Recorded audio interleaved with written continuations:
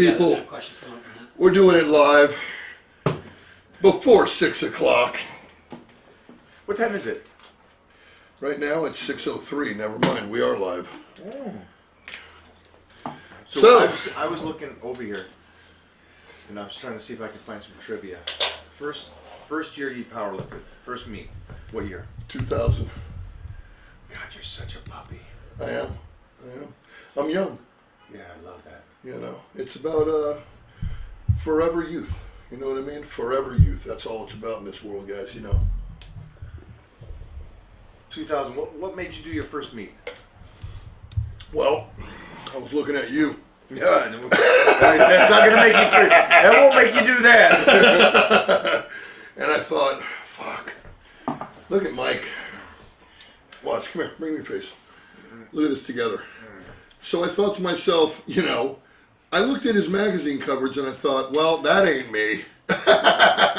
So I thought, you know what? Let's go to the next best thing. Let's get strong. I've always been the strongest guy around, you know, when I was growing up. And since I was a baby, I wanted to be the world's strongest man. But we're here talking about you. So Michael Hearn was born. I want both. Michael Hearn was born. What did Michael Hearn want to be when he was a child? This. Yeah. Yes, I wanted to be the best combination between like Arnold Schwarzenegger, Jeff Magruder, Doyle Kennedy, Bruce Lee, that full. Yeah. I wanted to be something the world's never seen before. Somebody that was athletic, somebody that was strong as a freaking ox. Right. Someone that had the physique with it, and someone that didn't look intimidating. Like me. Where's the pup? Where'd the pup go? Because the shoulders and everything are the same. You know when you start looking like the dog, you know, he's coming I look like my dog. It's crazy. I got an English bulldog, Kahlua. Traps up to the ears. She's amazing. How's your pups doing? They're good. Yeah? They're good. How many you got now? I got 3. All right. I got 3. My girl that's with me and always with me is doing good. She's getting up there, but yeah, she's hanging in there. 2000 was your first meet. The reason I go back to that because I was reminiscing today because I put up something from back in the 80s. Right. And I'm sitting there going, my first time I ever did a powerlifting meet was 1983. And Right. I'm just thinking back to that now, and we're in 2022. Right. And we're still crazy as ever. Absolutely, brother. Absolutely. And it's freaking... You know, like Rocky said, you got a little left in the basement. Well, we got a lot left in the basement. Yeah, we do. Brother. You know what We I mean? do. I've been waiting for this podcast with you for years. I don't know, we were talking before the camera started how I wanted you on, and then the pandemic happened and everything, and I shut down for various reasons, but you know, we're back up now, and I just want to thank you for coming on with us, and it's a pleasure to have you on here on the podium. I just like being next to you, man. It's always been... You know what? I feel the same way, bro. I really do, man. A couple of I don't know if you guys know this, but there is and it's always been this way, there's a different kinship, I guess you would say. Trust me, I love bodybuilding. I'm glad I won the universe and all that kind of stuff, but there's a different mentality. 5 times. Well, a couple times here and there. Yeah. I pay the judges off. Yeah. But there's a different kind of kinship from people that get under the weights. Yeah. And I think just powerlifters in general, or strong people in general, have a different mentality than the guys that are just trying to have a physique. Yeah, no, totally. And I totally. bond better with them. So it's just, I don't know if you guys knew that at home, but there is a different kind of kinship where the guys that are strong can joke and much more relaxed and you know, tight. I mean, I agree with you 100%, but at the same time, you know, I grew up with all the best in Venice for, you know, since I was young, and me and you and everybody, and it's just, you know, when you're at that top level, there's a certain kind of respect that's different from anything else in the world. And I think that me and you have had that forever. And I love that. I love that closeness. It's a bond is what it is, you know. I don't know. I can't explain it. It's something, I can. You ready for this? Yeah. We know how hard it is. Yes. And we know how hard it is, first of all, just to do it one time. Absolutely. But to be on top of the mountain, year after year, decade after decade, it takes a different kind of mentality and a huge character. Right. To be the best, you got to be the best. Right. But to stay on there and keep doing it over and over, that's a character trait. Right. That's something different. Right. And I think that's Jeff? what you... Hit that. Hit right that. there, will Hit you? that. Oh, come on, Jeffrey. What the heck? We got Titan out there. Oh, and another thing. You named, well, somebody named the real boss. your child Titan. That is amazing. What'd you think I'd name him? I don't know, but I didn't think it was going to be Titan. I didn't know either, and we were trying to think of names, and I came up with I liked Luke, Duke. And she goes, "We're naming our son Titan Maximus O'Hearn." I love that. Like Gladiator. Yeah, it's just straight up. Dude, straight up. Let me tell you, your wife is unbelievable. She's, first of all, she was the editor of Muscle and Fitness, Yes. correct? Yep. Amazing woman in every aspect. I mean, look at him. She's the woman he should be with. Beautiful, athletic, strong, opinionated. Great pick, bro. Thank you. Great pick. Thank you. Great pick. It was, well, we're dog guys, and so I was Yeah. never going to be a father, or at least didn't think I would. And I didn't realize, coming from a family of 10, I didn't realize why I wasn't going to become a father. But I don't think I ever found something that was mother quality. Right. And so when I found that, and then we were together, I was like, okay, yeah, she could do this with or without me. Right. If she had my seed, she's good to go. And that's what made that switch for me. Which I'm So glad I did. apparently she was into gardening. She was into gardening and liked my seed, I would say. It blossomed well. Yes. And he's quite an amazing looking child too. So I'm glad, man. I think a father thing for you has blossomed you into the final Mike O'Hearn, because you know. I mean, I got 4, so it changes you.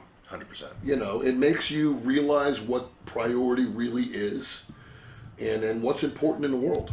You know, I mean, look, our goals and everything, I get it, but that kid, you die for that kid, and that's something that you would never do before. It changes. Yeah, I agree with you 100%. Mostly, and I'm glad that I'm an older father. Yeah. Because I couldn't have done this. The young Mike couldn't have done this.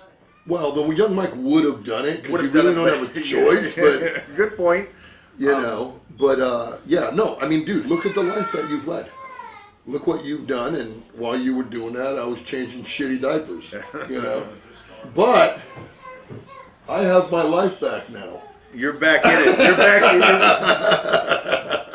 And I love my kids. My son Troy helps me run the gym.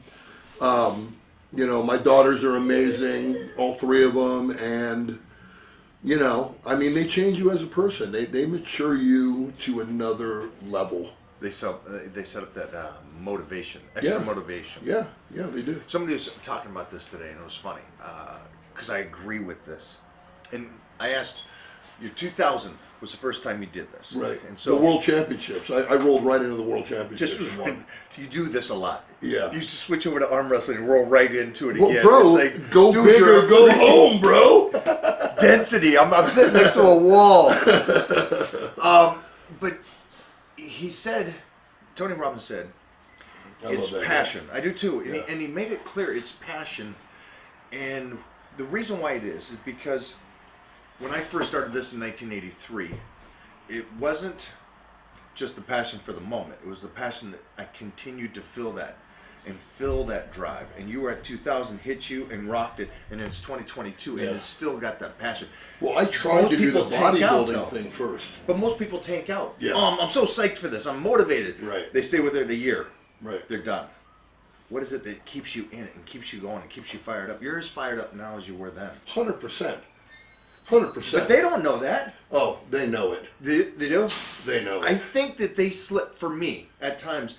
I'm like, it's at that old line going, relax, you want me to get up? I'll get up. Right. But I still got fire in me. and they seem All right. like it. And so let's talk about that. People, write in right now and tell us honestly, did you ever forget Mike O'Hearn? Huh? Did you ever? Because let me tell you something. I've been working out side by side with this guy for over 2 decades, and I can tell you honestly, there's never a moment where, and I'm fairly judgmental. Like when you're done, I'm like, look, he's fucking done. But I have never ever looked at you and said, you know what? He's done. So guys, do me a favor, write in right now. We could see what's going on. And You can see that? Well, yeah, I think I have vision still. I can't see. I'll read it to you. No, Mike's the man. Thank you, Darwin. If you guys come up with questions up there too, if you both see something, let us know too. Hey Jeff, move that a little closer so he can see it. Okay. Oh no, I still can't see, and I couldn't read it even if I did see it. Well, move it a little closer so I can see it. There we go. We're good. Yeah, so I want them to know that. I want them to know that for them at home, to do what you do, to do what I've done, to do what these guys that you bring onto this show, it's the passion and keeping that thing boiling. I only bring the best on, bro. But those guys are all the same way. They're like, they love this stuff, and they're like, forget this. It keeps us alive, which takes me to the question. Ask me, baby. All right. So my question to you is, you're healthy. Yep. Your kids have grown to the age to where you're not so responsible, like where I'm sitting. Right. Well, I'm actually not responsible. She Right. takes care of She everything. does it. Yeah. Shut up, get out of the house, Mike. Go Yeah. train. Go travel. But for you, what made you decide to go, forget it, I'm getting back in the sense of, I want the champ again? You know, honestly, I got in a car accident about 4 years ago, and my left shoulder was really bad. And that's when I really kind of realized at that point, you know, when you're younger, you train hard, but you're young, so you just do it. But you know, when you're hurt, there's no injuries. No injuries, and if there are, they're not there because you can just work right through them. But I was in a Mercedes, and I was pulling up to a traffic jam on Sepulveda Boulevard in Los Angeles, and next thing you know, I woke up in my car, and I got hit by a truck at like 60 miles an hour. It accordioned my car, and I was looking up at the roof. It hit me so hard that my seat broke, and I had my seatbelt on, and basically I was done. And then I really, you know, bodybuilding. And let me tell you something: for all you strength athletes out there that are just doing your strength stuff, that's the worst thing in the world that you can ever do. Bodybuilding is basically the rope of life that holds you together through everything else. And I bodybuilt, and I built myself up, and that's how I got back. I mean, bodybuilding has literally, Mike, it's saved my life in every attribute. I wanted to be Arnold Schwarzenegger, but then I started bodybuilding, and I don't have the smallest waist even when I lean out. And I'm more built for power, you know. So I realized that, and I didn't want to deal with the politics in the bodybuilding era, in the bodybuilding scene. And it just kind of came to me what I was supposed to do, you know. And that's why I was kind of out of it for a minute, and I came back recently, and I've had a couple difficulties, you know, technicalities in my shows lately. But I just came out with my own equipment line. It's called Simply Mendy, so I got my own bench shirts now, wraps, everything. I'm starting to make briefs, the whole 9 yards. I also got apparel. You can go on mendysgym.com and then buy that stuff, or DM me at mendysgym@gmail.com. But the shirts that I invented have revolutionized the market, and it's taken off. So I'm excited, and I'll flow you one, and you got to come in and try a shirt out, bro.